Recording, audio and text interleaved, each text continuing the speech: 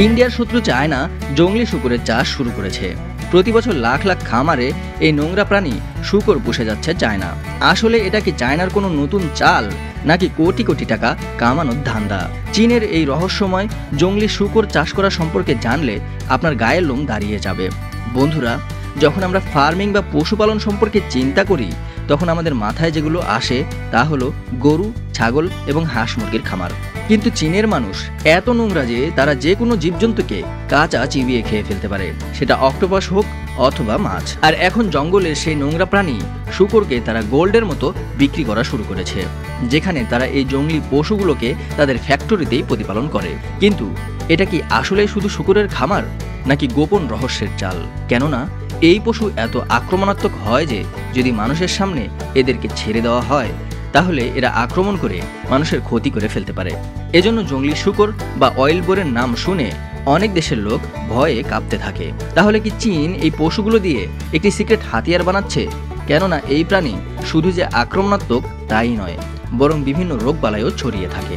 নাকি এই জঙ্গলি শূকরের চাষ শুধুমাত্র নতুন ইনকাম সোর্স হিসেবে ব্যবহার করছে চীন? কিভাবে চীন সম্পূর্ণ করে এই শূকরগুলোর প্রজনন?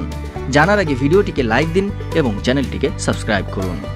শূকরকে পৃথিবীর সবচেয়ে বিপজ্জনক এবং নোংরা প্রাণী হিসেবে বিবেচনা করা হয়, কেননা যেখানে ইসলাম ধর্মে শূকরকে হারাম বলা হয়েছে, সাথে সাথে এটি বিভিন্ন রোগ জীবাণু বহন করে সংক্রামক ব্যাধিও ছড়িয়ে থাকে। ইতিহাস থেকে দেখা যায় আফ্রিকান সোয়ান ফিভার এবং নিপা ভাইরাসের মতো মারাত্মক ব্যাধি ছড়িয়েছে এই শূকর থেকে।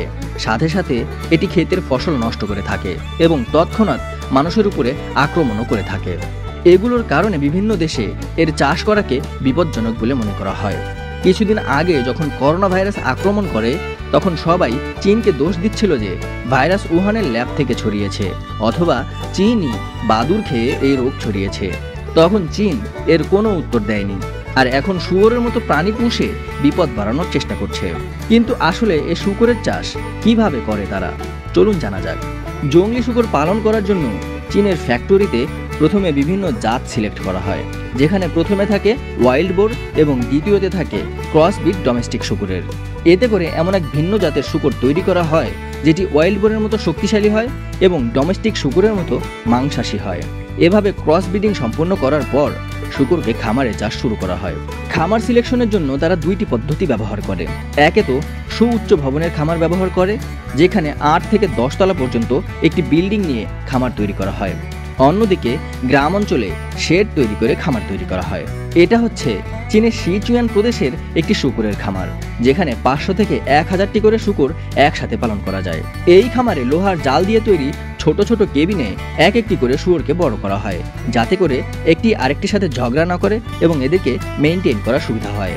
খামারের ফ্লোর নরম সিমেন্টের হয়ে থাকে এবং উপরে ছাদ থাকে, যেন শূকরগুলোর গরম না লাগে।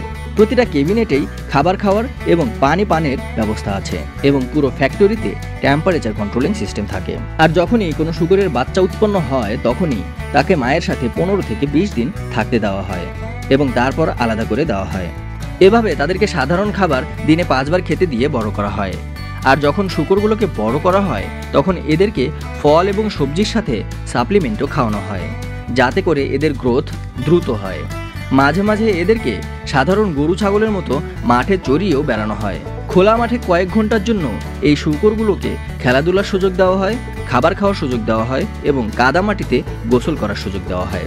এই সময় শূকরের দলকে ম্যানেজ করা খুবই কঠিন একটা কাজ। বন্ধুরা, এই শূকরের খামারে যত দিন যায় তত শূকরগুলো বড় হতে থাকে এবং এদের মেজাজ বাড়তে থাকে। মোটামুটি 7 থেকে 8 মাস বয়সে এদের মেজাজ 7 আসমান পর্যন্ত ছুঁয়ে যায়, বিশেষ করে যখন প্রজননের সময় আসে। এই সময় তারা খামারিদের উপরও হামলা করে থাকে, তাই এদের থেকে বাঁচার জন্য এক্সপিরিয়েন্স এবং খুবই সতর্কতা জরুরি। চীনের গ্রামগুলোতে যেখানে এই শূকর পালন করা হয়, তার আশেপাশে ভাইরাস এবং বিভিন্ন রোগবালাইয়ের চেকিং করা হয়ে থাকে। যদি কোনো শূকর রোগে আক্রান্ত হয়, তখন তাকে তার দল থেকে আলাদা করে নেওয়া হয় এবং এই অবলা প্রাণীটিকে সাথে সাথে হত্যা করা হয়, যাতে করে অন্য কোনো শূকর আক্রান্ত না হয়। আর চীনের সিচুয়ান এবং উইঝু শহর থেকে কিছু দূরে গ্রাম্য এলাকাতে বিশেষ ধরনের আলাদা খামার করা হয়েছে। এই সিটিতে শূকর পালন করার জন্য 8 থেকে 10 তলা বিল্ডিং বানানো হয়েছে এবং প্রতি তলাতে 500 থেকে 1000টি করে শূকর পালন করা হয়। এই খামারগুলোতে high protein feed, temperature control room, automatic cleaning system এবং হাই টেকনোলজি ব্রিডিং সিস্টেম চালু করা আছে। প্রতিটা প্রাণীর জন্যই সেপারেট ফিডার এবং ওয়াটার সিস্টেম আছে। আর বায়োসিকিউরিটি এত শক্তিশালী হয়ে থাকে যে কাউকে ডিসইনফেক্টেড না করে ভিতরে প্রবেশ করানো হয় না। আরও আছে advance monitoring, CCTV footage, AI based health tracking এবং ডিএনএ বেসড ডাটা সংরক্ষিত করার প্রযুক্তি।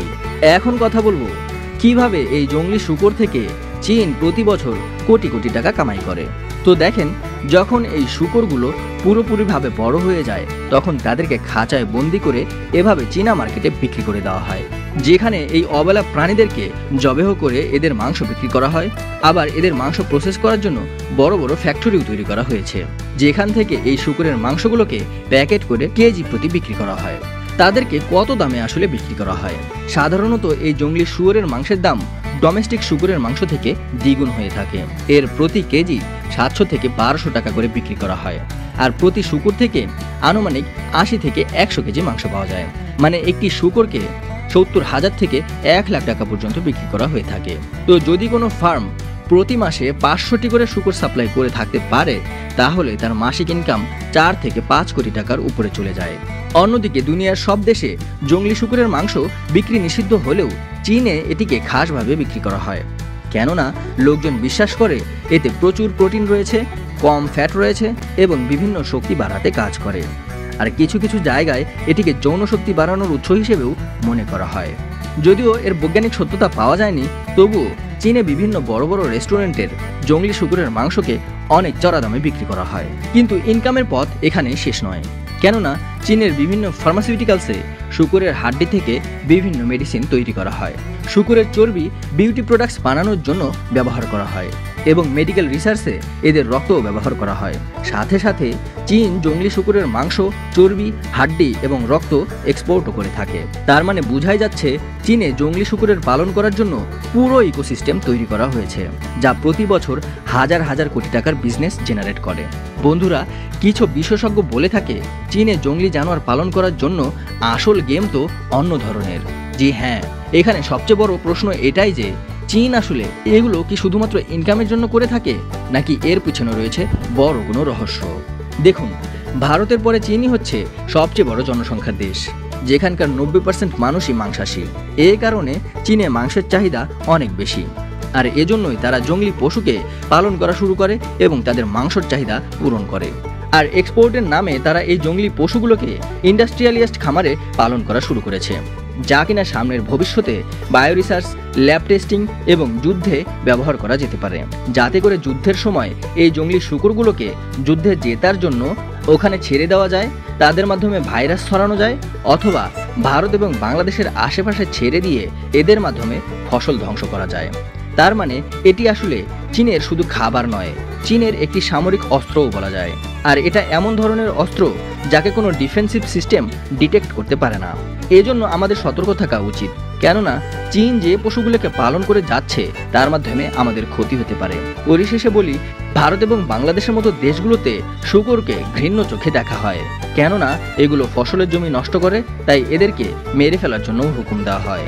আর খামার তৈরির তো কোনো প্রশ্নই আসে না, কেননা ভারত এবং বাংলাদেশে শূকরের খামার করা সম্পূর্ণরূপে নিষিদ্ধ। তো বন্ধুরা, আসলে জংলি শূকর পালন করা কি কোনো সাধারণ কাজ, নাকি এটি চীনের মতো এক দুঃসাহসিক দেশের জন্যই শুধু সম্ভব?